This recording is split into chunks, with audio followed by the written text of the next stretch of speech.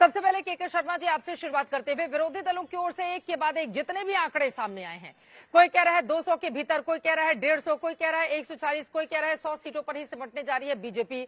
मतलब एक सुर में इस बात का दावा किया जा रहा है कि 4 जून को बीजेपी तो गई, लेकिन आप लोगों के भीतर ये जो 310 का कॉन्फिडेंस है, ये कहां से आ रहा है? अभी रिजल्ट आने में तो समय है ना के शर्मा जी। नहीं नहीं चित्रा जी, देखिए ये तो असेसमेंट है, लेकिन मुझे आश्चर्य है। दो मेजर अंतर है, बहुत बेसिक अंतर जिसको कहना चाहिए। ये जो दल हमारी सीटें गिना रहे हैं, ये अपनी सीटें नहीं गिना रहे कि हम कितना जीतेंगे। ममता बनर्जी कभी बताई कि हम पश्चिम बंगाल में कितना जीतेंगे? कांग्रेस बता रही है कि हम कितना जीतेंगे? क्योंकि इनको केवल विरोध करना है, मोदी विरोध नफरत में पड़े हुए हैं, तो हमारा असेसमेंट सुना रहे। हम तो दावे से कह रहे हैं कि हम जो है 400 पार कर रहे हैं। हम तो अपना असेसमेंट बता रहे हैं। ये किसी ने बताया कि ये हम इतना बंगाल में इतनी सीट जीतेंगे, महाराष्ट्र में इतनी सीट जीतेंगे? उसमें तो बोलती बंद है। तो ये केवल केवल एक विद्वेष भावना से झूठ बोल रहा है। सच्चाई क्या है? सच्चाई यह है कि चुनाव के पूर्व हमने 400 सीटों का लक्ष्य रखा, अपने कार्यकर्ताओं के सामने रखा, और देश की जनता से जो वोटर्स हैं उनसे हमने आह्वान किया कि हमें 400 सीट की जीत दिलाइए। और ये बात जैसे ही हमने कही, आपने विपक्ष का आरोप सुनना चालू किया। विपक्ष कहने लगे भाई ये 400 सीट का आंकड़ा कहां से लाए, इन्होंने अपना ईवीएम सेट कर लिया है इसलिए 400 बोल रहे हैं। फिर इन्होंने कहा कि लेवल प्लेइंग फील्ड नहीं है इसलिए 400 जीत जाएंगे। फिर इन्होंने कहा बैलेट पेपर से चुनाव हो जाए तो दिखा देंगे कैसे 400 पार कर जाएंगे। फिर चुनाव आयोग पे आरोप लगाने लगे कि चुनाव आयोग एजेंट है और फलाना है ढिमका। तो इस तरह से इन्होंने हमारे जो लक्ष्य है उसको देश की जनता की जुबान तक पहुंचा दी। आज देश के कहीं पर भी आप जाइए, आप तो पूरे देश घूम रही हैं, क्या चर्चा आती है कि एनडीए 400 पार, मोदी जी 400 पार। ये चर्चा आम जनता की जुबान पर आया। जो हमने आह्वान किया उसमें हम आशीर्वाद मांग रहे हैं। दूसरी तरफ एक हमारा ट्रैक रिकॉर्ड भी है चित्रा जी, जिसको समझना चाहिए। हम 2014 में आए तो हमने पहले नारा दिया, इस बार बहुमत के पार, अब की बार बहुमत के पार। हमको देश की जनता ने बहुमत दिया। 272 का बहुमत था, 282 सीट अकेले भारतीय जनता पार्टी जीत के आई। 2019 में हमने कहा कि अब की बार 300 पार।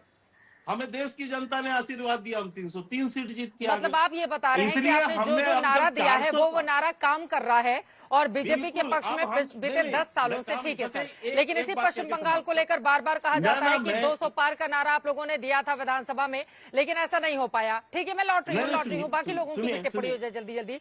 लेकिन अजीज खान साहब, आपके पास आते हुए, पहले तो इंडिया गठबंधन के लोग आपस में डिसाइड कर लें कि बीजेपी 200 ला रही है, बीजेपी 150 ला रही है, 140 ला रही है या 100 ला रही है।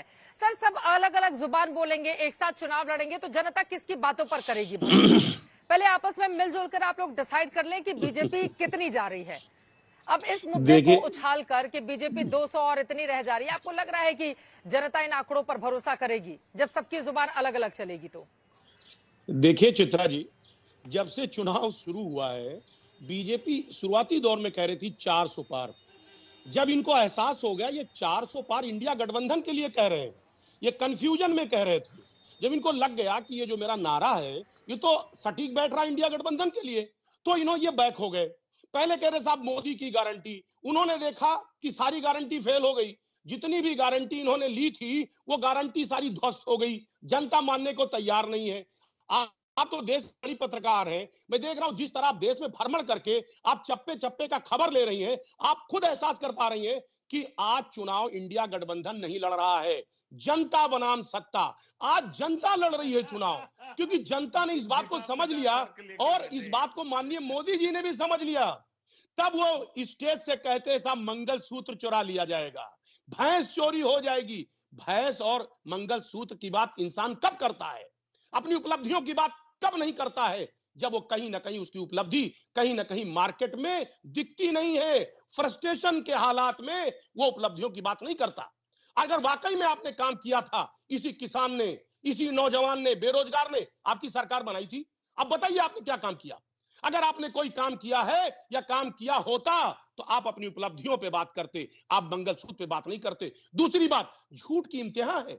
जब आप 2019 में आपने विज्ञापन और तमाम तरीके की चीजें बड़े बड़े स्तर पर की थी, तो उस वक्त 428 में 238 सीट आई थी। कौन सा चमत्कार हो गया? आज जनता आपके खिलाफ है, झूठ की इंतहा होती, आप कह रहे 310 हो गया। देखिए एक बात आप समझिए चित्रा जी, कि वो क्या कहते हैं कि अब दरो दीवार पर दिखती नहीं कोई दरार। अब दरो दीवार पर दिखती नहीं कोई दरार, क्योंकि हर दीवार पर चिपके हैं इतने इश्तेहार। ये जो इश्तेहार चिपके हुए हैं दरारों पर, जो पेंट लगाया जा रहा है, यकीन मानिए जनता इस बात को बखूबी समझती है।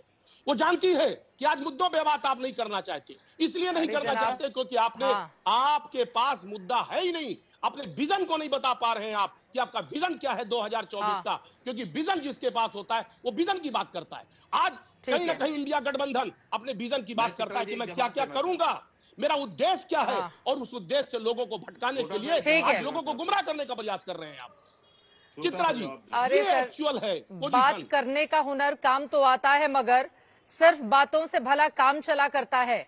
सिर्फ बातें ही करेंगे और बताएंगे कि ये हो जाएगा, मुद्दों पर बात नहीं करती है। 2022 के चुनाव में ज्यादा वक्त तो गुजरा नहीं है, फिर उनको क्यों जीत मिली, बड़ा सवाल है। लेकिन हो सकता है आप जो दावा कर रहे हैं उसके दावे में दम हो।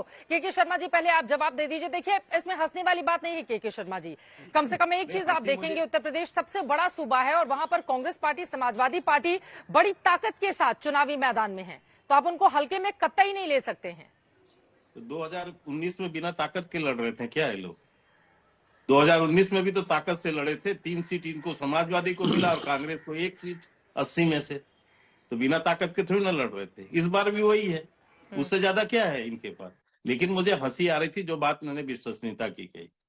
2022 में ही अखिलेश यादव क्या चिल्लाते थे, 403 में 400 सीट जीतेंगे, 400 सीट, और आई कितनी? तो इनकी विश्वसनीयता ही नहीं है। 4 बार उत्तर प्रदेश में चुनाव हार गए, यही नारा लगा लगा के 400 सीटेंगे। तो जनता जानती है कि कौन झूठ बोलता है, और एक हमारी विश्वसनीयता है। हमने कहा था 300 सीट, 303 ले आए, 400 बोला तो जनता ने विश्वास भी किया। अब अभी अजीत भाई बड़ी अच्छी बात बोल रहे थे, भैंस चोरी। अरे जनाब, इस देश में सब लोग जानते हैं अजीत साहब कि समाजवादी पार्टी के ही शासन में भैंसें चोरी होती हैं। आजम खान साहब की भैंस चोरी हुई थी ना, ठीक है।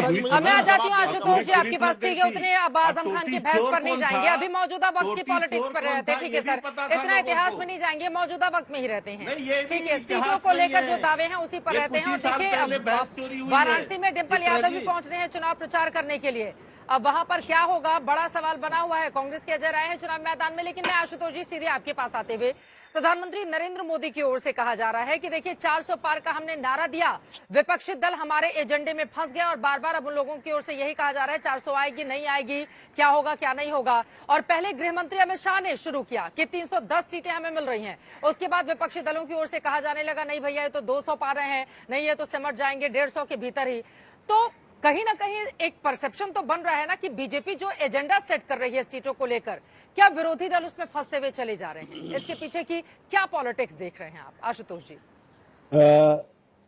चित्रा जी, 2 चीजें हैं। पहली बात तो ये है कि पहले दौर के बाद जब ये कहा गया कि 400 के पार सीटें आ रही हैं, आपने दूसरे दौर, तीसरे दौर, चौथे दौर, 5वें दौर में ये नारा नहीं सुना था। इन 4 दौर में नारा, जब पहले दौर पे नारा लगा, उसके बाद 4 दौर में नारा बिल्कुल नहीं लगा, क्योंकि इस नारे के बाद जो दलित और वंचित तबका था उसने इस बात को समझ लिया कि भारतीय जनता पार्टी को 400 सीटें इसलिए चाहिए क्योंकि वो संविधान को बदलना चाहती है। जमीन की रिपोर्ट के शर्मा जी मुस्कुरा ये नया फिलॉसफर आ गए देश में, ये नया फिलॉसफर है मोदी विरोध के। चित्रा जी, एक एक करके उनकी बात हो जाने दीजिए, उनकी बात हो जाने दीजिए। नफरत भी करो तो इस स्तर तक करो। चित्रा जी, बिना जमीन के नफरत करने वाले इंसान बैठे हैं। के शर्मा को बोलिए बदतमीजी करना बंद कर। प्लीज उनकी बात हो जाए, उसके बाद आप बोलिएगा अपनी अपनी बारी में। प्लीज आशुतोष जी अपनी अपनी बारी में बोलेंगे। प्लीज कोई भी इस तरह की अभद्रता नहीं करेगा, गलत शब्दों का इस्तेमाल नहीं किया जाएगा। प्लीज के शर्मा जी अपनी बारी में बोलेगा। आशुतोष जी मुद्दे पर रहते हैं, अपनी बात को पूरी कीजिए प्लीज। के शर्मा जी अब आप उनकी बारी में मत बोले ना, उनकी बारी में मत बोले। के शर्मा जी प्लीज, कोई एक दूसरे के खिलाफ इस तरह के शब्दों का इस्तेमाल नहीं करेगा। खत्म कीजिए प्लीज, खत्म कीजिए। शब्द का सर प्रयोग यहाँ इस पर तरह आप किया कि नहीं बाहर किया? सड़क पर डिबेट नहीं कर रहे हैं सर, आप लोग टीवी में डिबेट कर रहे हैं। मैं हैरान हो रही हूँ आप लोगों के शब्दों पर। आप लोग यहाँ पर सड़क पर थोड़ी ना डिबेट कर रहे हैं, टीवी पर पूरा देश देख रहा है, न जाने कितने विदेशों में आज तक चैनल देखा जाता है। प्लीज सर, ये यहाँ पर व्यक्तिगत टिप्पणी एक दूसरे पर नहीं की जाएगी, अपनी अपनी बारी में बोलेंगे जब मैं सवाल पूछूंगी। आशुतोष जी मुद्दे पर अपनी बात खत्म कीजिए प्लीज। चित्रा जी, के शर्मा ने शुरू किया, आप के शर्मा को पहले करिए। आपने बदतमीज शब्द पहले बोला है, के बदतमीज बोला है पहले। बंद करें वो। ये बदतमीज शब्द आपने बोला है, जो आपके संस्कार है। तो बदतमीजी का जवाब बदतमीजी दूंगा मैं। संस्कार सिखाए हैं बदतमीजी के। ये आदमी बीच में क्यों बोल रहा? संस्कार आपके अंदर है, बीच में क्यों बोल रहा है? ये हमने जब ये बोल रहा था तो मैंने बीच में बोला। आप उसको तो रत्नाकर त्रिपाठी जी, रत्नाकर त्रिपाठी जी, रत्नाकर त्रिपाठी जी, एक सेकेंड सर, एक सेकेंड सर, एक सेकेंड। मुझे लगता है कि इन शब्दों के चयन से कहीं ज्यादा हमारे जो दर्शक इस वक्त बैठे हुए हैं उनका समय ज्यादा कीमती है अच्छी और सही बातें सुनने के लिए, तथ्यात्मक बातें सुनने के लिए। व्यक्तिगत टिप्पणी आप लोग एक दूसरे पर करके आपकी कैसे स्थिति है वो देश के सामने रख रहे हैं। मुझे इत्तेफाक नहीं लगता है और मुझे लगता है हमारे दर्शक भी इसको कतई नापसंद करते हैं। रत्नाकर जी सीधे आपके पास आते हैं और प्लीज अपनी अपनी बारी में बोलेंगे, कम से कम दूसरे का समय का सम्मान करें ना। अगर आपके बीच में कोई बोलेगा कैसा लगेगा? इसी वजह से प्लीज एक दूसरे का सम्मान करते हुए डिबेट में बैठे हुए हैं, सड़क छाप यहाँ पर डिबेट नहीं चल रही है।